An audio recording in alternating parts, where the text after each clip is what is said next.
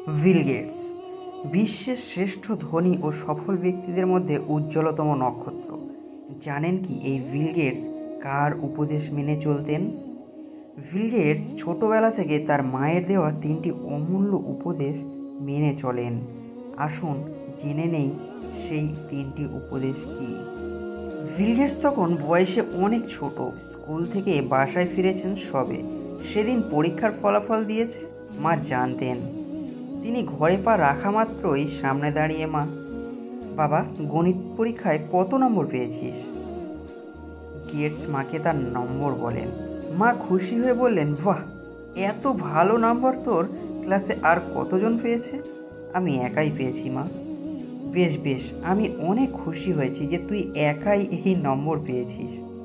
তুই 10, 20, 40, 50 এমনকি 80, 90 পেলেও আমি রাগ করতাম, কিন্তু তুই একদম শূন্য পেয়েছিস। এবার নতুন করে এই শূন্য থেকেই শুরু কর সব কিছু। তবে তোর জন্য মায়ের 3টি উপদেশ রইল। নাম্বার 1, প্রচুর বই পড়বি। ক্লাসের পড়ার বইয়ের বাইরেও বিশাল একটা জগৎ রয়েছে, সেগুলো সম্পর্কে বেশি করে জানবি, পড়বি। আর নতুন নতুন সব বিষয়ের বই পড়বি যেগুলো সচরাচর কেউ পড়ে না। তুই যেরকম চিন্তা করবি তোর জীবন সেভাবেই গড়ে উঠবে। তাই সবসময় স্রোতের বাইরে চিন্তা করবি। সবার মতো হুজুগের পিছনে ছুটবি না। কখনো ছোট চিন্তা করবি না। অনেক বড় বড় স্বপ্ন দেখবি, এত বড় যেন নিজের কাছে অসম্ভব লাগে, অন্যদের কাছে সে স্বপ্নের কথা বলতে ভয় লাগে। নাম্বার 3, জীবনে এমন কাজ করবি যা অন্য কেউ করছে না।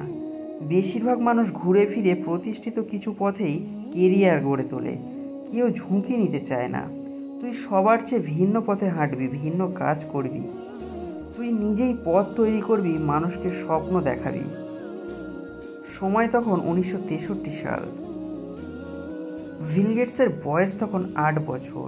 তার মা স্কুল শিক্ষিকা মেরি ম্যাক্সওয়েল তাকে যখন এই উপদেশ 3টি দেন, তখন কেউ চিন্তাও করেনি এই 3টি উপদেশ কিভাবে বিল গেটসের জীবনে অক্ষরে অক্ষরে সত্যি হবে, একদিন বিপ্লব বয়ে আনবে বিশ্বজুড়ে।